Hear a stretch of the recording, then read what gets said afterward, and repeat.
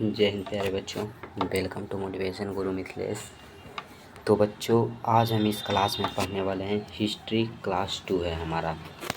तो प्यारे साथियों, कल का जो क्लास था उसमें हमने लाइव क्लास में आए थे। लाइव क्लास प्यारे दोस्तों 8:30 बजे आते हैं डेली का, लेकिन बारिश के कारण प्यारे साथियों, नेटवर्क प्रॉब्लम के कारण कल भी अच्छा से क्लास नहीं हो पाया और आज तो आ ही नहीं पाए थे, क्योंकि नेटवर्क नहीं चलता है, पानी आ जाता है। तो ठीक है, तो ये वीडियो आपका रिकॉर्डेड अपलोड होने वाला है, तो आप लोग अपने साथियों के पास शेयर ज़रूर कीजिएगा। जितना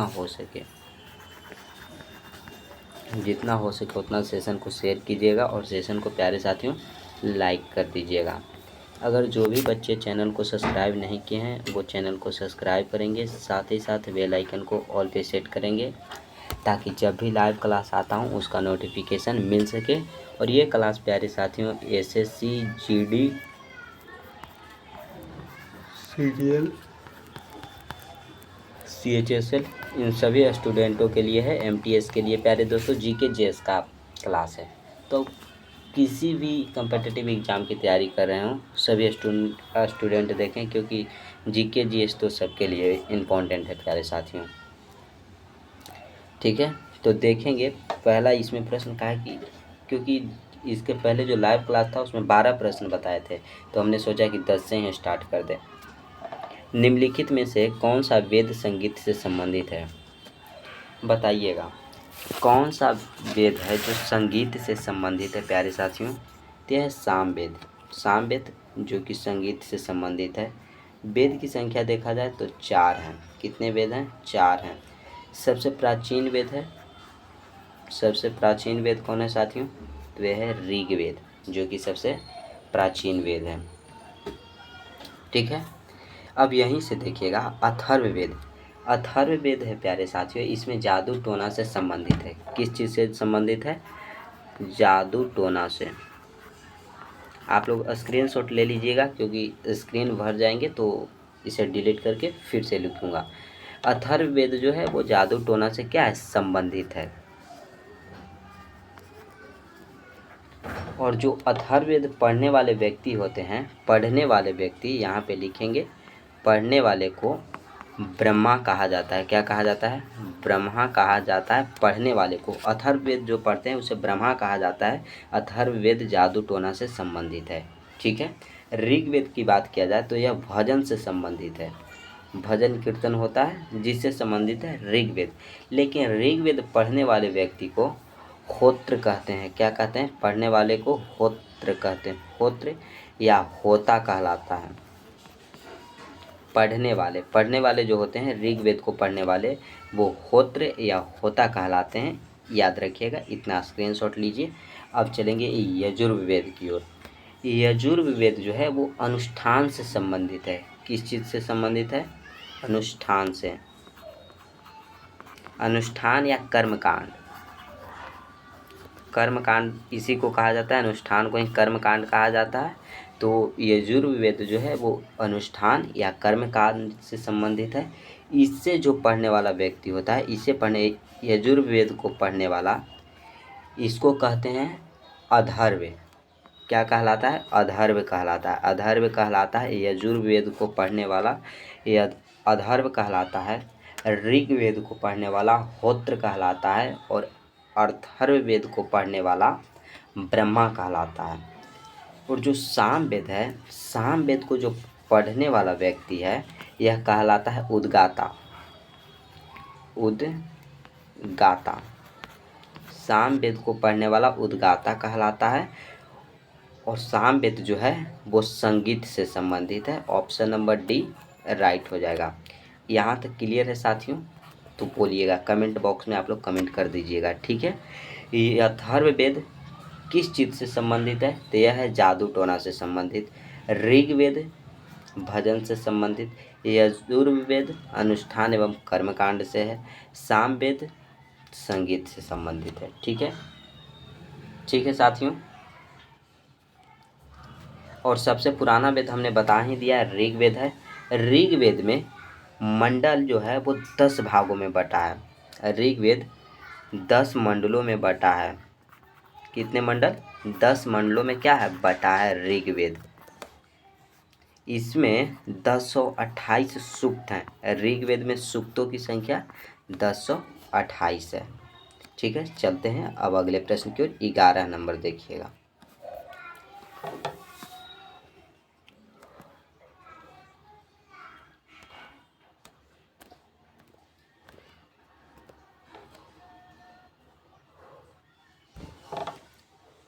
ग्यारह साथियों, विष्णु के पांचवें अवतार को खाली स्थान के रूप में जाना जाता है।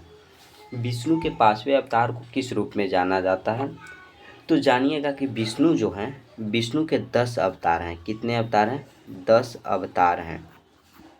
अगर आपसे बात किया जाए कि विष्णु के पहले अवतार को क्या कहते हैं, तो पहले अवतार को मत्स्य कहते हैं। क्या कहते हैं साथियों? मत्स्य कहते हैं पहले अवतार को। दूसरे को कहते हैं कूर्म। कूर्म कहते हैं सेकेंड अवतार को। थर्ड को कहते हैं वाराह।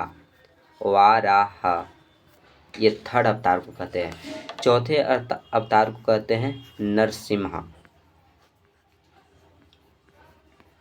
आपसे पूछा जा रहा है पांचवा अवतार क्या है, तो पांचवें अवतार को कहते हैं वामन।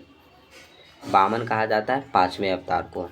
छठे को देखा जाए तो छठे को कहा जाता है परशुराम।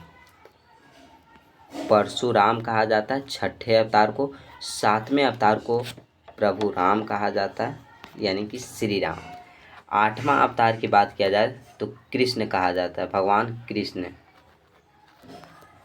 कृष्ण आठवें को कहा जाता है। नौवें को बुद्ध कहा जाता है साथियों। बुद्ध है विष्णु के 9वें अवतार। और 10वां अवतार कलिक कहलाता है। क्या कहलाता है? 10वां की बात किया जाए तो यह कहलाता है कलिक। यह 10वां अवतार है। तो विष्णु के कितने अवतार हैं? 10 अवतार हैं। आपसे पूछा जा रहा है पांचवा अवतार, तो पांचवा अवतार आप लोग देखेंगे 1 2 3 4 5 वामन। तो वामन ऑप्शन नंबर बी में है। ऑप्शन बी राइट हो जाएगा। विष्णु के पांचवें अवतार को वामन कहा जाता है।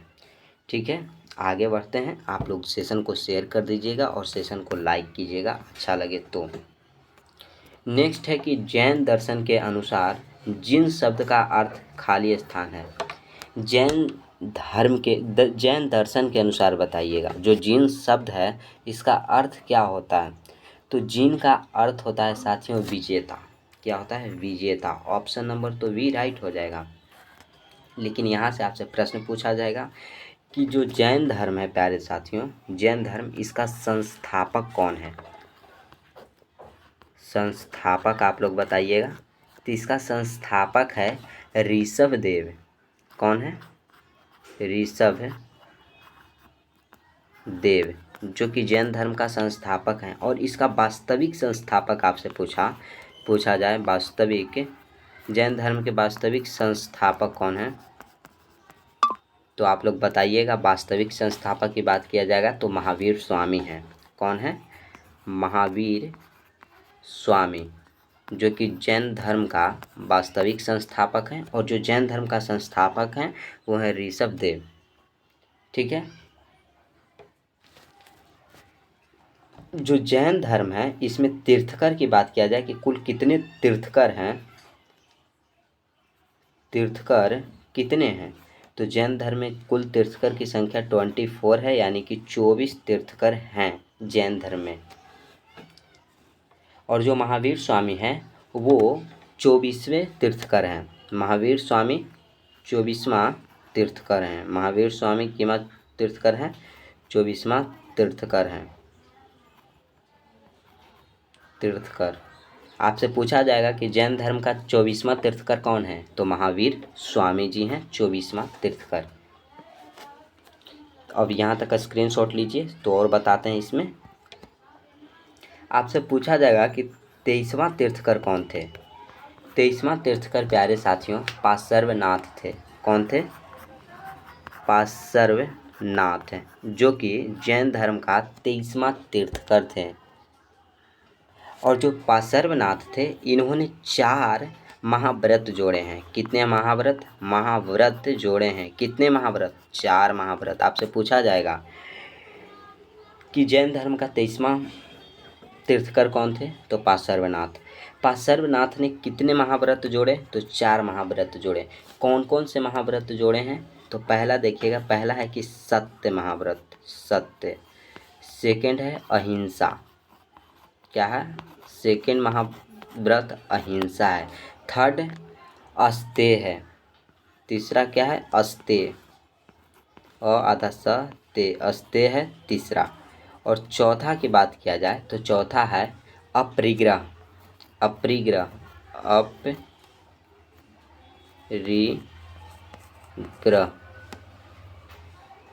अपरिग्रह है चौथा महाव्रत। ठीक है, यहाँ तक आप लोगों का क्लियर है। अब इसी में पूछा जा सकता है आपसे कि पांचवा महाव्रत को किसने जोड़ा। सर्वनाथ तो 4 ही महाव्रत को जोड़े हैं, लेकिन पांचवा महाव्रत को किसने जोड़ा। ठीक है, यहाँ तक का स्क्रीनशॉट लीजिए और बताइए कि जो पांचवा महाव्रत है इनको किसने जोड़ा, आप लोग बताइएगा किसने जोड़ा। तो पांचवा महाव्रत को जोड़ने वाले हैं महावीर स्वामी। कौन है साथियों, महावीर स्वामी, जो कि पांचवा महाव्रत को जोड़ा है। और जो पांचवा महाव्रत था उसका नाम क्या है, तो उसका नाम है ब्रह्मचार्य। क्या है, ब्रह्मचर्य, ब्रह्मचर्य जो कि पांचवा महाव्रत है, इसको महावीर स्वामी ने जोड़े हैं। और जो जैन दर्शन है, इसको जैन संस्कृत के हिसाब से जो जिन शब्द है यह विजेता कहलाता है। क्या कहलाता है, विजेता इसका अर्थ होता है। जैन दर्शन के अनुसार जिन का जो अर्थ है वो विजेता कहलाता है। ऑप्शन बी राइट हो जाएगा। क्या हो जाएगा, ऑप्शन नंबर बी राइट हो जाएगा। आगे चलते हैं, 13 नंबर देखिएगा। 13 है 326 ईसा पूर्व में सिकंदर और राजा पोरस के बीच युद्ध किस नदी के किनारे पर लड़ा गया था। तो 326 बीसी में प्यारे साथियों किस चीज़ का युद्ध हुआ था, आप लोग जानते हैं। तो ये हुआ था बीतस्ता का युद्ध। 326 में बीतस्ता का युद्ध, बीतस्ता का युद्ध, इसी को कहते हैं झेलम का युद्ध, झेलम का युद्ध, या इसी को कहते हैं हाइडे स्पीच का युद्ध, हाइडे स्पीच, हाइडे स्पीच का युद्ध। तो आप लोग देखिएगा झेलम का युद्ध तो कहाँ हुआ होगा, तो झेलम नदी के किनारे लड़ा गया होगा। ऑप्शन नंबर डी राइट हो जाएगा, झेलम नदी। इस युद्ध में सिकंदर ने राजा पोरस को हरा दिया था। जो सिकंदर है इन्होंने किसे हराया, राजा पोरस क्या हुए, हार गए थे, हार गए थे। और सिकंदर की क्या हुई थी, जीत हुई थी। 326 ईस्वी में सिकंदर और राजा पोरस के बीच युद्ध हुआ था, जिसमें सिकंदर की जीत और राजा पोरस की हार हुई थी। उस युद्ध का नाम था बीतस्ता का युद्ध, या उसी को बोला जाएगा झेलम का युद्ध, या उसी को बोला जाता है हाइडे स्पीच का युद्ध। यह झेलम नदी के किनारे पे लड़ा गया था 326 ईस्वी में। ऑप्शन नंबर डी राइट होगा। चलते हैं अगले प्रश्न की ओर देखिएगा। गौतम बुद्ध का वास्तविक नाम क्या था, बताइएगा। जो गौतम बुद्ध हैं उनका वास्तविक नाम, वास्तविक नाम बोला जाए या तो बचपन का नाम बोला जाए, वास्तविक बोला जाए या पूछा जाए आपसे बचपन का नाम क्या था। तो आप लोग अगर नहीं जानते हैं तो जान लीजिए कि गौतम बुद्ध का बचपन का नाम था सिद्धार्थ। क्या था दोस्त, सिद्धार्थ था गौतम बुद्ध के बचपन का नाम। ऑप्शन नंबर ए राइट होगा। इनका बताइएगा कि जन्म कब हुआ, गौतम बुद्ध जो हैं इनका जन्म कब हुआ और इनकी मृत्यु कब हुई। तो जन्म हुआ था साथियों 563 बीसी में और मृत्यु हो गया 487 बीसी में। 563 बीसी में गौतम बुद्ध का जन्म हुआ और मृत्यु हो गया 487 बीसी में। इनका पिता का जो नाम था, आप लोग बताइएगा। गौतम बुद्ध जो हैं इनके पिताजी का नाम, पिता का नाम आप लोग बता सकते हैं तो कमेंट बॉक्स में ज़रूर बताइएगा कि गौतम बुद्ध के पिता का नाम क्या था। तो उनका नाम था शुद्धोधन। क्या था, शुद्धोधन,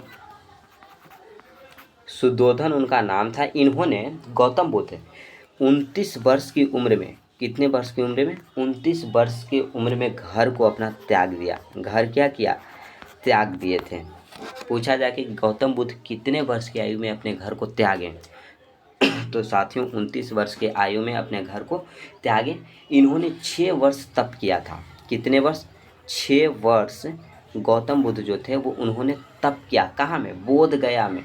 बोध गया में एक बहुत विशाल बरगद का पेड़ है, वहीं पे नीचे बैठ करके गौतम बुद्ध ने 6 वर्ष तप किया और वहीं से 35 वर्ष की आयु में 35 वर्ष की आयु में गौतम बुद्ध को क्या हुआ? ज्ञान की प्राप्ति हुई। क्या हो गई? यहाँ तक स्क्रीनशॉट लीजिएगा। उनको प्यारे साथियों ज्ञान की प्राप्ति हुई, ज्ञान प्राप्ति हुई। आपसे पूछा जाएगा कि ज्ञान की प्राप्ति गौतम बुद्ध को कहाँ हुआ? तो ये हुआ है बोध गया में। बोध गया कहाँ है? बिहार में। ठीक है। और फिर ज्ञान की प्राप्ति हुई, वैसे ही गौतम बुद्ध ने अपना पहला उपदेश दिया था। पहला उपदेश आपसे पूछा जाएगा कि गौतम बुद्ध कहाँ दिए थे? तो यह दिए थे सारनाथ में। सारनाथ में गौतम बुद्ध ने अपनी पहली उपदेश को दिए थे। कब दिए थे? कहाँ दिए थे? कहाँ दिए थे साथियों? यह दिए थे सारनाथ में। इनका जन्म आपसे पूछा जाएगा कि गौतम बुद्ध जो हैं इनका जन्म कहाँ हुआ था? जन्म तो आप लोगों ने जान गया 563 ईस्वी में। जन्म हुआ था कहाँ? तो जन्म हुआ था लुम्बिनी में। लुम्बिनी में इनका जन्म हुआ। लुम्बिनी कहाँ है? नेपाल में है। लुम्बिनी नेपाल में है। लुम्बिनी कहाँ है? नेपाल में है।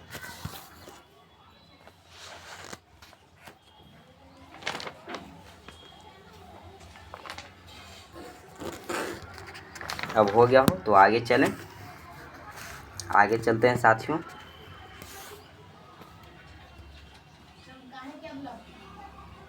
इसका आंसर तो ए हो जाएगा। गौतम बुद्ध का वास्तविक नाम सिद्धार्थ या बचपन का नाम सिद्धार्थ था। अगले प्रश्न की ओर चलेंगे। देखिएगा 15।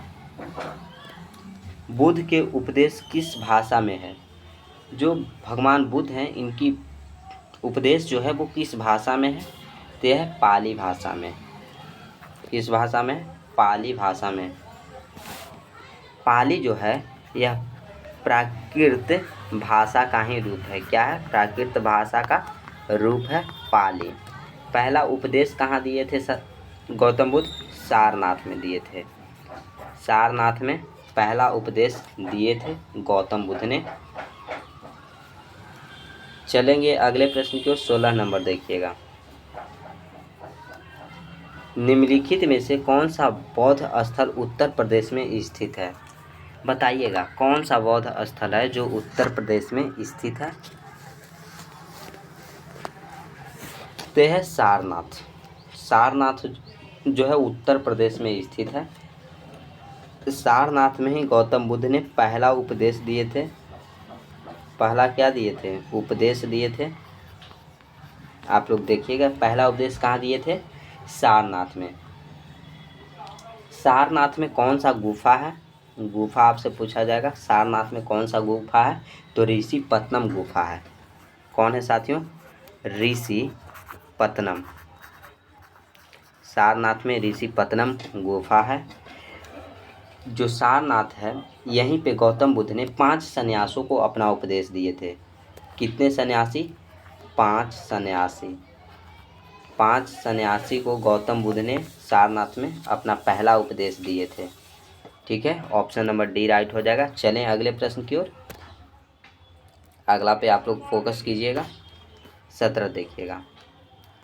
हर्यक वंश से मगध के पहले शासक खालिस्तान थे। हर्यक वंश से बताइएगा कि मगध के पहला शासक कौन थे? तो यह थे बिंबिसार।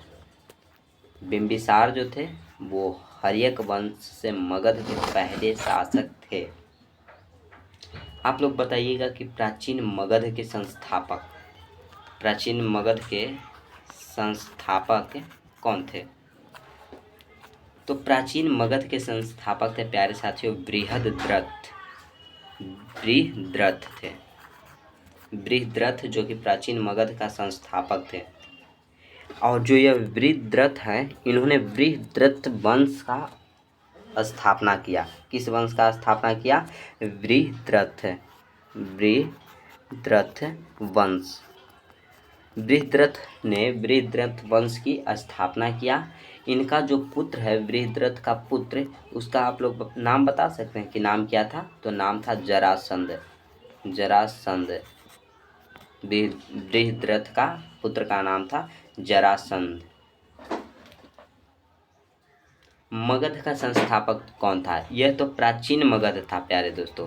प्राचीन मगध के संस्थापक कौन थे? बृहद्रथ थे। लेकिन मगध के संस्थापक कौन थे? तो यह थे बिंबिसार। मगध के संस्थापक थे बिंबिसार। बिंबिसार जो थे वो मगध के संस्थापक थे। इन्होंने हर्यक वंश की स्थापना की। किस वंश का? हर्यक वंश का स्थापना किए। बिंबिसार ने हर्यक वंश का स्थापना किया। बिंबिसार का पुत्र भी था प्यारे साथियों। तो बिंबिसार का पुत्र कौन था? बिंबिसार जो है इसका पुत्र कौन था? तो पुत्र था अजातशत्रु। अजातशत्रु बिंबिसार का पुत्र था। ठीक है, अजातशत्रु बिंबिसार का पुत्र था। इसने अपने पिता की हत्या कर दी। जो अजातशत्रु है अपने ही पिता यानी कि बिंबिसार की हत्या कर दिया था और राजा बना था। अजातशत्रु को ही प्रथम पितृहंता शासक कहा जाता था।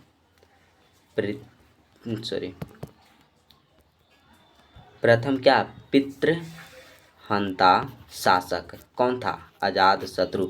ऐसे तो हर्यक वंश में जितने भी पुत्र आए वो अपने पिता की हत्या करके ही राजा बने हैं। इसीलिए हर्यक वंश को पितृहंता वंश भी कहा जाता है। क्या कहा जाता है? हर्यक वंश को पितृहंता वंश कहा जाता है। ठीक है, क्योंकि इसमें जितने भी पुत्र थे वो अपने पिता की हत्या किए और राजा बने। तो सबसे पहले पिता की हत्या कौन किए थे? अजातशत्रु किए थे अपने पिता बिंबिसार की। इसीलिए इनको सबसे पहला पितृहंता शासक कहा जाता है।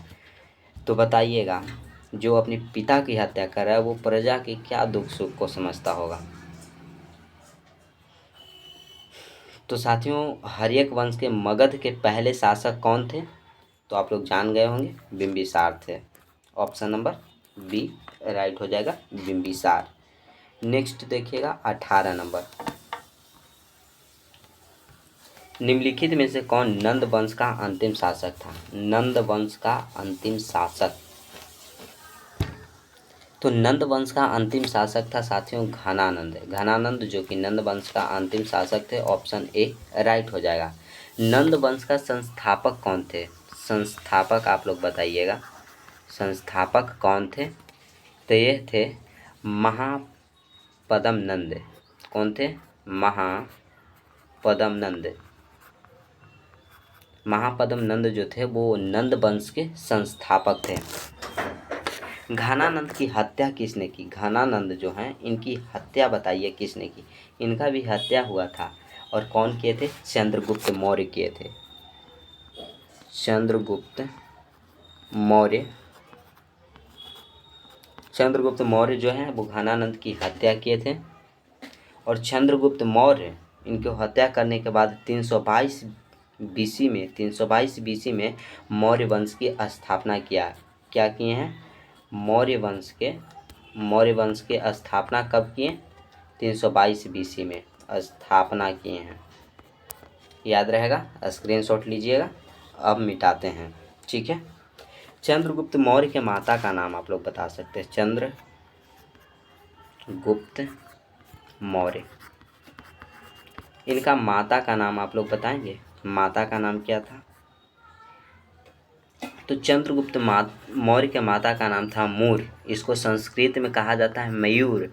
और मयूर किसे कहा जाता है आप लोग जानते हैं? मोर को कहा जाता है। तो इनके माता कौन थे? मूर, संस्कृत में मयूर, और मयूर का अर्थ होता है मोर। चंद्रगुप्त मौर्य के पुत्र का नाम बता सकते हैं? पुत्र, तो वो था बिंदुसार। बिंदुसार जो था वो चंद्रगुप्त मौर्य का क्या था? पुत्र था।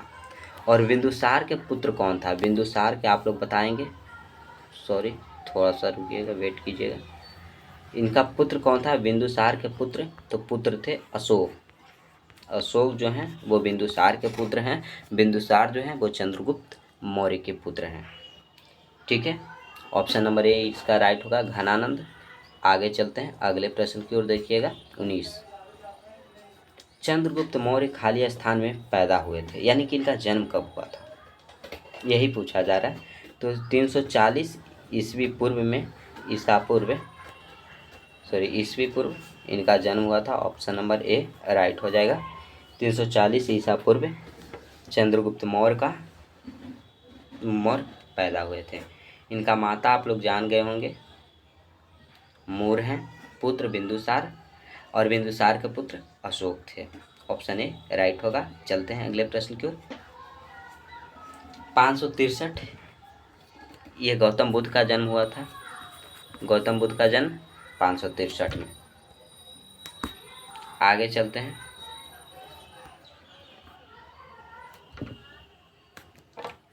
कंटक शोधक नामक न्यायालय का प्रचलन खाली स्थान साम्राज्य में था, बताइएगा। कंटक शोधक नामक जो न्यायालय है इसका प्रचलन कौन से समाज में था, तो इसका प्रचलन जो था प्यारे साथियों मौर्य समाज में था। किस में था, मौर्य समाज में। ऑप्शन नंबर डी राइट हो जाएगा, मौर्य समाज। राष्ट्रकूट के संस्थापक कौन थे, राष्ट्रकूट जो है इनका संस्थापक तो दंती दुर्ग थे। कौन थे, दंती दुर्ग, जिन्होंने राष्ट्रकूट वंश का संस्थापक थे। कुषाण वंश के संस्थापक आप लोग यहाँ तक स्क्रीनशॉट लीजिएगा और बताइएगा। तो कुषाण वंश के संस्थापक थे कुजुल कडफिसेस। कुजुल कडफिसेस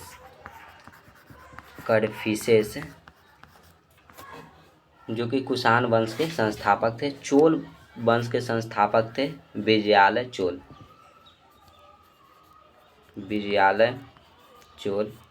जो कि चोल वंश के संस्थापक थे। मौर्य वंश के संस्थापक थे चंद्रगुप्त मौर्य जो कि मौर्य वंश के संस्थापक थे। राष्ट्रकूट के संस्थापक कौन थे, दंती दुर्ग आप लोग याद रखिएगा। कंटक शोधक नामक न्यायालय का प्रचलन जो है वो मौर्य साम्राज्य में था। ऑप्शन नंबर डी भी राइट हो जाएगा। इतना तक आप लोग देखिएगा। फुल ऑप्शन का डिटेल्स बताते हैं साथियों, तो आप लोगों से उम्मीद यही करेंगे कि ज़्यादा से ज़्यादा हो सके तो अपने साथियों के पास आप लोग शेयर कीजिएगा। जितना हो सके आपके जितने भी फ्रेंड्स हैं सभी फ्रेंड्स के पास आप लोग शेयर कीजिए और सेशन को लाइक करते चलिए। चैनल को सब्सक्राइब नहीं किए वो चैनल को सब्सक्राइब करेंगे और चैनल को सब्सक्राइब कीजिए। 100K के नज़दीक पहुंच चुके हैं, आप लोग 100K को पूरा कीजिए, ठीक है साथियों। और बेल आइकन को साथ ही साथ ऑल पे सेट रखिएगा ताकि जब भी वीडियो अपलोड करूं या लाइव क्लास आऊँ उसका नोटिफिकेशन आप लोगों को मिल सके। बढ़ते हैं अगले प्रश्न की ओर। 21 प्रश्न देखेंगे।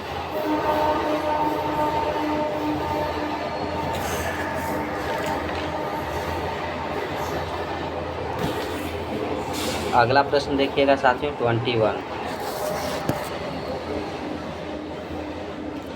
21 कहता है कि जो राजा अशोक हैं उस पुत्री का नाम क्या था। राजा अशोक की उस पुत्री का नाम क्या था जिसने उसने एक बौद्ध मिशनरी के कर्तव्यों को निभाने की जिम्मेदारी दी थी, बताइएगा। राजा अशोक की एक पुत्री थी, उसका नाम पूछा जा रहा है क्या था जिसने एक बौद्ध मिशनरी के कर्तव्यों को निभाने का जिम्मेदारी दे दी थी। उसका नाम आप लोग बता सकते हैं, तो उसका नाम है संघमित्रा। क्या था, नाम था Sanghamitra. Option number C right हो जाएगा। अशोक जो है साथियों, अशोक यह मौर्य वंश के शासक थे। अशोक जो थे यह मौर्य वंश के शासक थे। मौर्य वंश के क्या थे, शासक थे। मौर्य वंश के शासक कौन थे, अशोक थे। अशोक को अभिलेखों का जनक कहा जाता है। क्या कहा जाता है, अभिलेखों का जनक किसे कहा जाता है, का जनक। अशोक को अभिलेखों का जनक कहा जाता है। इसने 7 स्तंभ लेख, 14 शिलालेख और इसके 3 गुहा लेख हैं। अशोक जो हैं यहाँ हम लिख देते हैं 7 स्तंभ लेख, ठीक है। 14 शिलालेख है, 14 गो शिलालेख है और 3 गो गुहालेख है। 3 गुहालेख किनके हैं? अशोक के हैं। आपसे पूछा जाएगा कि अशोक के स्तंभ लेख कितने हैं? 7 हैं। शिलालेख कितने हैं? 14 हैं और गुहालेख 3 हैं। पुत्री का नाम क्या था? संघमित्रा। क्या था? संघमित्रा।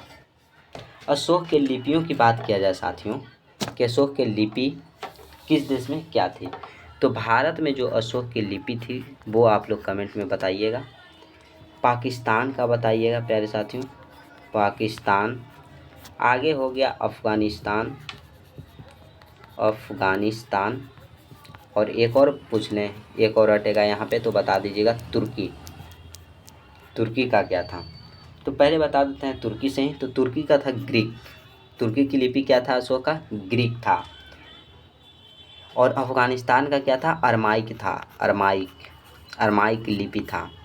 अरमाइक लिपि था। पाकिस्तान का खरोष्ठी लिपि में पाकिस्तान की लिपि क्या था? खरोष्ठी। अशोक के पाकिस्तान की लिपि खरोष्ठी था। भारत में क्या था? ब्राह्मणी लिपि था अशोक के भारत में। ठीक है।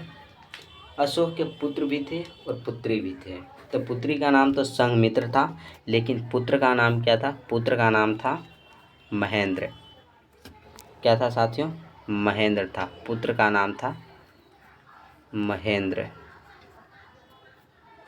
ठीक है। इसको लंका में भेज दिया गया था। लंका के राजा के पास महेंद्र को भेज दिया गया था, पुत्री संघमित्र।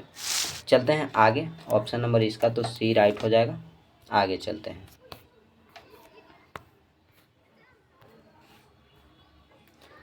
मौर्य वंश के तत्काल बाद किस वंश ने आकर मगध राज्य पर शासन किया? मौर्य वंश के तत्काल बाद यानी कि तुरंत बाद किस वंश ने आकर मगध राज्य पर शासन किया?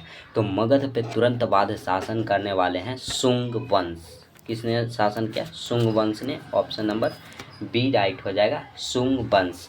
मौर्य वंश के जो अंतिम शासक यह कौन थे? तो यह थे बृहद्रथ। कौन थे? बृहद्रथ, जो कि मौर्य वंश के अंतिम शासक थे। इसकी हत्या जो है, बृहद्रथ की हत्या, यह किसने किया? तो हत्या किया पुष्यमित्र शुंग ने। पुष्यमित्र शुंग, इन्होंने बृहद्रथ की हत्या कर दी। पुष्यमित्र शुंग ने ही शुंग वंश की स्थापना कर दिए थे।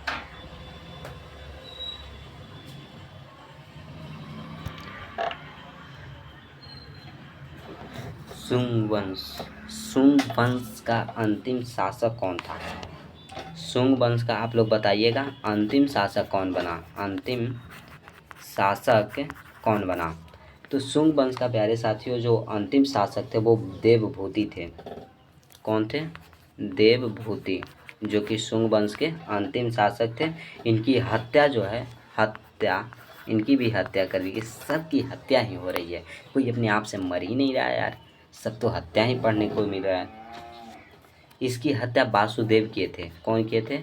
वासुदेव, जिसने देवभूति की हत्या कर दिए थे। कौन किए थे? वासुदेव। और वासुदेव इन्होंने कण्व वंश की स्थापना की। किस वंश की? कण्व वंश की स्थापना की। कण्व वंश का अंतिम शासक कौन था? तो सुशर्मा थे। कौन थे? कण्व वंश का, यहाँ से मिटाते हैं, कण्व वंश का अंतिम शासक कौन थे? तो ये थे सुशर्मा। इसकी भी हत्या हुई है। क्या हुई? इसकी हत्या बताइए आप लोग, किसने किया? तो ये किए हैं सिमुख जो हैं वो सुशर्मा की हत्या किए हैं। सिमुक बताइए। इन्होंने सातवाहन वंश की स्थापना की। सातवाहन वंश की स्थापना किसने किया? सिमुख ने किया। अब बताइएगा, सातवाहन वंश के संस्थापक कौन है? सिमुक। शुंग वंश के संस्थापक अब बता दीजिएगा सबका। शुंग वंश का संस्थापक पुष्यमित्र, एक जगह कर देते हैं। पुष्यमित्र शुंग जो थे वो शुंग वंश के संस्थापक थे। सातवाहन वंश सिमुक, ठीक है। नंद वंश के संस्थापक महापद्म नंद, महापद्म नंद जी थे। आगे है कण्व वंश, इसका थे वसुदेव, ठीक है, याद रहेगा। तो एक बार फिर से रिवीजन कर देते हैं। मौर्य वंश का अंतिम शासक बृहद्रथ। बृहद्रथ की हत्या किसने की? पुष्यमित्र शुंग। पुष्यमित्र शुंग ने शुंग वंश की स्थापना की। शुंग वंश का अंतिम शासक कौन था? देवभूति। देवभूति की हत्या किसने की? वासुदेव ने। वासुदेव ने कण्व वंश की स्थापना की। कण्व वंश का अंतिम शासक कौन था? सुशर्मा। सुशर्मा की हत्या सिमुक। सिमुक ने सातवाहन वंश की स्थापना किया, ठीक है। सातवाहन वंश की स्थापना सिमुक। शुंग वंश पुष्यमित्र शुंग, नंद वंश महापद्म नंद, कण्व वंश वासुदेव, ठीक है। चलें आगे, देखिएगा 23 देखिएगा। 23 है, लगभग 600 वर्षों तक परित्यक्त रहने वाले बाद सांची की खोज किस वर्ष की गई? आप लोग बताइएगा। लगभग 600 वर्ष तक परित्यक्त रहने वाले सांची की जो खोज हुई वह किस वर्ष की गई थी? यह किया गया था साथियों 1818 ईस्वी में। ऑप्शन नंबर ए राइट हो जाएगा, 1818 ईस्वी में। किनके द्वारा किया गया था? जनरल टेलर के द्वारा। जनरल टेलर, इनके द्वारा 1818 ईस्वी में। कब? 1818 ईस्वी में सांची की खोज की गई थी। सांची के जो स्तूप है साथियों, सांची के स्तूप ये कहाँ है? ते हैं मध्य प्रदेश यानी एमपी के रायसेन जिला में। रायसेन जिला में, ठीक है।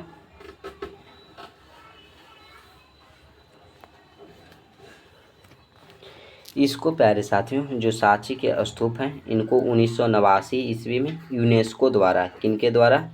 यूनेस्को,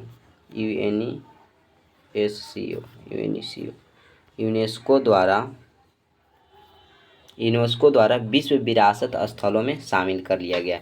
किस में शामिल किया गया? विश्व विरासत स्थल में शामिल कर लिया गया। कब? 1989 में। किनके द्वारा? यूनेस्को द्वारा। किसको? सांची स्तूप को। सांची स्तूप जो है वो बौद्ध धर्म से क्या है? संबंधित है। सांची स्तूप बौद्ध धर्म से संबंधित है। बौद्ध धर्म से क्या है? संबंधित है, ठीक है। आगे बढ़ते हैं 24। बताइएगा, बहुत छोटा दिख रहा होगा तो दिख तो रहा होगा साथियों। ये देखिएगा, सारनाथ में स्थित खाली स्थान स्तूप का निर्माण महान मौर्य सम्राट अशोक ने किया था। यह भारत में स्थित प्रमुख बौद्ध संरचनाओं में से एक है। क्या है? सारनाथ में स्थित कौन सा स्तूप है? तो यह स्तूप का नाम है साथियों धमेख स्तूप। तो सारनाथ में स्थित धमेख स्तूप का निर्माण महान मौर्य सम्राट अशोक ने किया था। यह भारत में स्थित प्रमुख बौद्ध संरचनाओं में से एक है, ठीक है। चलते हैं आगे, अगला प्रश्न देख सकते हैं। अगला है, विक्रम संवत कब प्रारंभ हुआ था? बताइएगा कि विक्रम संवत के आरंभ कब हुआ था? तो यह हुआ था 57 ईसा पूर्व। ऑप्शन नंबर डी राइट हो जाएगा। शक संवत कब स्टार्ट हुआ था? शक संवत, तो शक संवत स्टार्ट हुआ था 78 ईस्वी में। कब हुआ था? 78 ईस्वी में शक संवत की स्टार्ट हुई थी। गुप्त संवत कब स्टार्ट हुआ था? गुप्त संवत, आप लोग बताइएगा, गुप्त संवत कब स्टार्ट हुआ? तो यह हुआ था 319 ईस्वी में। याद रहेगा। विक्रम संवत 57 ईस्वी पूर्व में, शक संवत 78 ईस्वी और गुप्त संवत 319 ईस्वी में, ठीक है। आगे चलते हैं 26 देखिएगा। अब ज़्यादा नहीं होंगे, 30 प्रश्न थे। गंधार कला किन दो कलाओं का संयोजन है? गंधार कला बताइएगा कौन से दो कलाओं का संयोजन है? यह दो कलाएं हैं साथियों, हिंद और ईरानी। क्या है? हिंद और यूनानी दो कलाओं का संयोजन है गंधार कला। ऑप्शन नंबर बी राइट हो जाएगा। गंधार कला है, गंधार शैली, गंधार प्यारे साथियों शैली, इसका विकास कब हुआ? विकास कब हुआ है? तो इसका विकास हुआ था साथियों जानते हैं कब? शक एवं कुषाण शासकों के समय में। किसके शासन में? शक एवं कुषाण के शासकों के समय में, कुषाण एवं शक के शासकों के समय में गंधार शैली का विकास हुआ। ठीक है, आगे चलते हैं। 27 देखिएगा, निम्नलिखित में से कौन सा कनिष्क के राजवैद्य थे? कनिष्क के राजवैद्य, तो कनिष्क के राजवैद्य था चरक। कौन थे? चरक। पतंजलि के कौन था? शुंगकालीन थे, शुंगकालीन।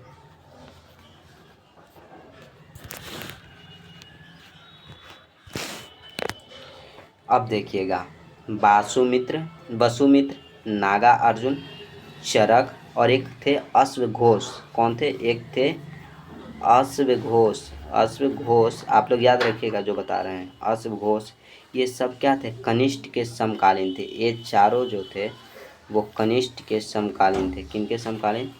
कनिष्क के क्या थे? समकालीन थे। कनिष्क के थे समकालीन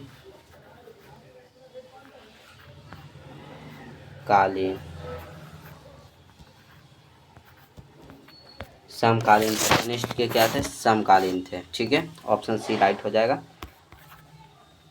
चलते हैं आगे। 28 देखिए, अब ज़्यादा प्रश्न नहीं है साथियों, अब आप लोग टेंशन नहीं लीजिएगा। घटोत्कच जिसने 290 से 305 ईस्वी में राज किया था, किस साम्राज्य का राजा था? बताइए। घटोत्कच जिसने 290 से 305 ईस्वी तक राज किया था, वो किस साम्राज्य पे राज किया था? तो राज किया था साथियों जानते हैं, गुप्त साम्राज्य पे राज किया था। ऑप्शन ए राइट हो जाएगा, गुप्त साम्राज्य। गुप्त वंश का संस्थापक कौन थे? गुप्त वंश के प्यारे साथियों संस्थापक थे श्रीगुप्त। कौन थे? श्रीगुप्त थे। ठीक है, इनके बाद का राजा कौन बना? श्रीगुप्त के बाद राजा कौन बना? तो घटोत्कच बने हैं, घटोत्कच। इसके बाद कौन बना? चंद्रगुप्त प्रथम। चंद्रगुप्त सबको बता रहे हैं कि बाद में कौन बना। जैसे देखिए, गुप्त वंश का संस्थापक कौन थे? श्रीगुप्त। इनके बाद राजा घटोत्कच, घटोत्कच के बाद चंद्रगुप्त प्रथम, इनके बाद समुद्रगुप्त। चंद्रगुप्त के बाद बने समुद्रगुप्त। और बताइएगा, समुद्रगुप्त के बाद राजा कौन बने? समुद्रगुप्त के बाद राजा बताइएगा गुप्त वंश के कौन बना? तो ये बने चंद्रगुप्त द्वितीय। चंद्रगुप्त द्वितीय जो थे, चंद्रगुप्त द्वितीय जो समुद्रगुप्त के बाद गुप्त वंश का राजा बने। ठीक है, इसके बाद बने कुमारगुप्त। चंद्रगुप्त द्वितीय के बाद कुमारगुप्त के बाद स्कंदगुप्त जो हैं वो कुमारगुप्त के बाद राजा बने। और अंतिम शासक बताइएगा, अंतिम शासक कौन बना गुप्त वंश का? तो यह बने हैं विष्णुगुप्त तृतीय। तो देखिएगा, पहले तो कि गुप्त वंश के संस्थापक श्रीगुप्त के बाद राजा घटोत्कच के बाद चंद्रगुप्त प्रथम, इनके बाद समुद्रगुप्त के बाद चंद्रगुप्त द्वितीय, और चंद्रगुप्त द्वितीय के बाद कुमारगुप्त के बाद स्कंदगुप्त, और इसके बाद जो अंतिम शासक बना गुप्त वंश के वो कौन था? तो वो था विष्णुगुप्त तृतीय थे। कण्व साम्राज्य की स्थापना वसुदेव। ठीक है, शुंग वंश के संस्थापक पुष्यमित्र शुंग थे। मौर्य साम्राज्य के संस्थापक चंद्रगुप्त मौर्य।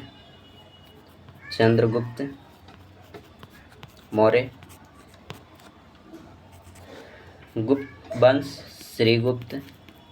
श्री गुप्त। आप लोग जान गए कहाँ पे राज किए थे, तो यह गुप्त साम्राज्य पे राज किए थे। ऑप्शन नंबर ए राइट होगा। ठीक है, चलते हैं आगे। 29 नंबर देखिएगा।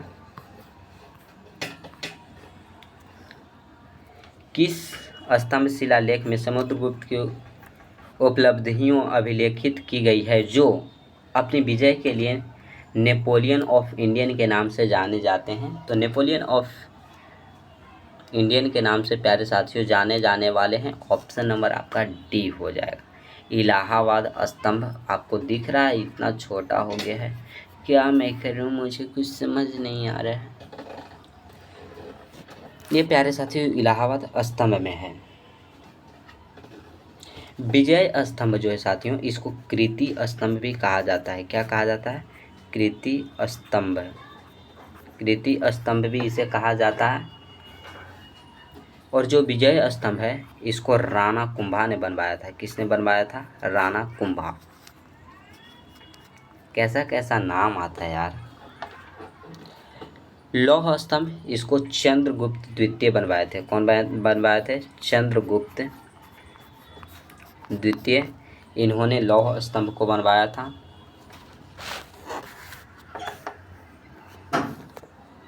और जो ये है इलाहाबाद स्तंभ, यह प्रयाग प्रशस्ति के नाम से भी जाना जाता है। किस नाम से? प्रयाग प्रशस्ति। प्रशस्ति, ठीक है, प्रयाग प्रशस्ति के नाम से जाना जाता है इलाहाबाद स्तंभ को। इसे हरि घोष द्वारा लिखा गया। इलाहाबाद स्तंभ को हरिसेन द्वारा क्या किया गया? लिखा गया। ठीक है, हरिसेन कौन थे? तो समुद्रगुप्त के दरबारी थे। हरिसेन के बारे में पूछा जाए कि यह कौन थे, आपसे पूछा गया है कि कौन थे, तो यह थे समुद्रगुप्त के दरबारी थे। कौन थे? समुद्रगुप्त के क्या थे? दरबारी थे। ठीक है, आप लोगों को ध्यान में रहेगा।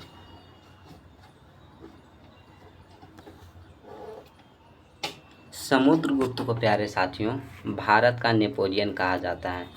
नेपोलियन किनके द्वारा कहा गया? भारत का नेपोलियन किनके द्वारा कहा गया? तो विसेंट स्मिथ द्वारा। विसेंट स्मिथ इन्होंने कहा समुद्रगुप्त को कि यह भारत के नेपोलियन हैं।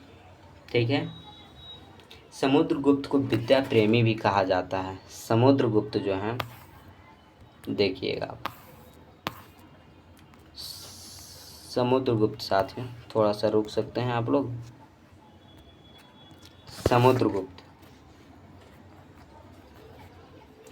समुद्रगुप्त इनको विद्या प्रेमी भी कहा जाता है। क्या कहा जाता है? विद्या प्रेमी। समुद्रगुप्त को विद्या प्रेमी कहा जाता है क्योंकि इसे सिक्कों पर बीना बजाते हुए दिखाया गया है। सिक्कों पर, किस पे प्यारे साथियों? सिक्कों पर क्या करते हुए दिखाया गया है? वीणा बजाते हुए दिखाया गया है। वीणा बजाते हुए।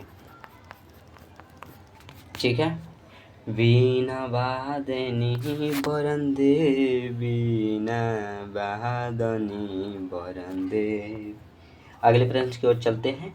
30 नंबर देखिएगा और देखिए आंसर को आप लोग नहीं बताइएगा, क्योंकि मैं बता रहा हूँ ना, तो आप क्यों बताइएगा? ऐसा नहीं करना है, आपको भी बताना है मुझसे पहले। इतना देर में छोड़ दिया क्वेश्चन, आपको आंसर कमेंट बॉक्स में लिख देना है। ठीक है, वो तो मैं नहीं देख रहा हूँ कि हमारा आंसर देखने के बाद आप आंसर दे रहे हैं कि पहले दे रहे हैं। ठीक है, नहीं तो बहुत मारता आप लोगों को, बहुत। ऐसा नहीं करना है, पहले आंसर देना है। पहला है, देखिए, पहला नहीं अंतिम प्रश्न है, यही से पे समाप्त कर दूंगा। ठीक है, यही समाप्त करूंगा।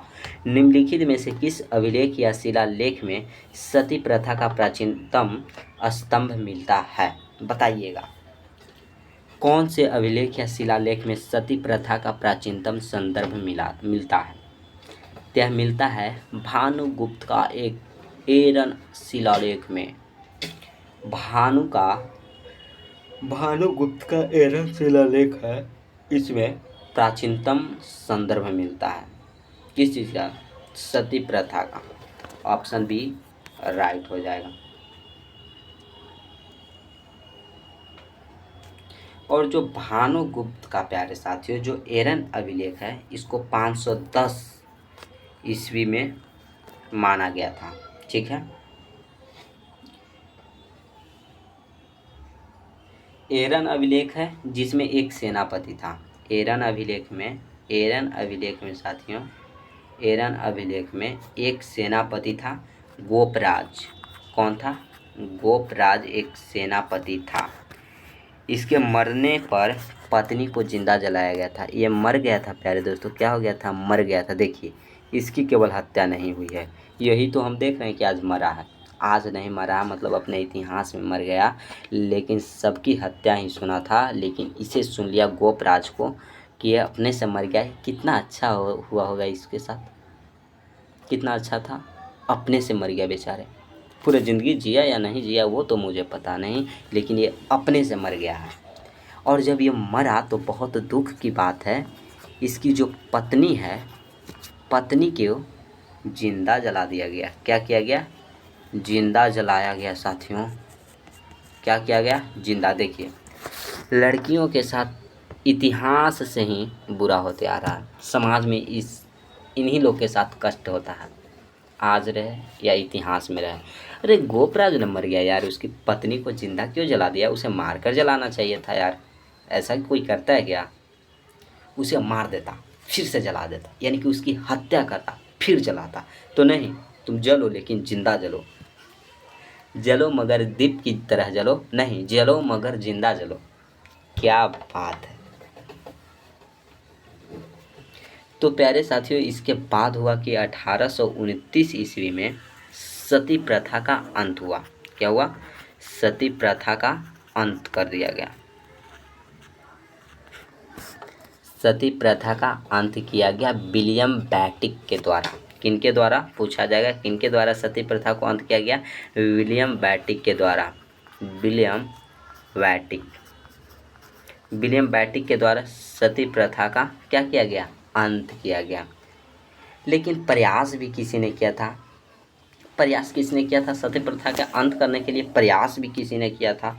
तो आप लोग बताइएगा कि प्रयास किसने किया? तो ये किए थे राजा राम मोहन राय। राजा राम मोहन राय के द्वारा सती प्रथा के अंत करने के लिए प्रयास किया गया था, लेकिन बेचारे कर नहीं पाए। लेकिन विलियम बैटिक जो थे उन्होंने अंत कर दिया। जाओ, ख़त्म, बाय बाय, टाटा, अलविदा। तो आप लोग जान गए, एरन अभिलेख का एक सेनापति थे गोपराज।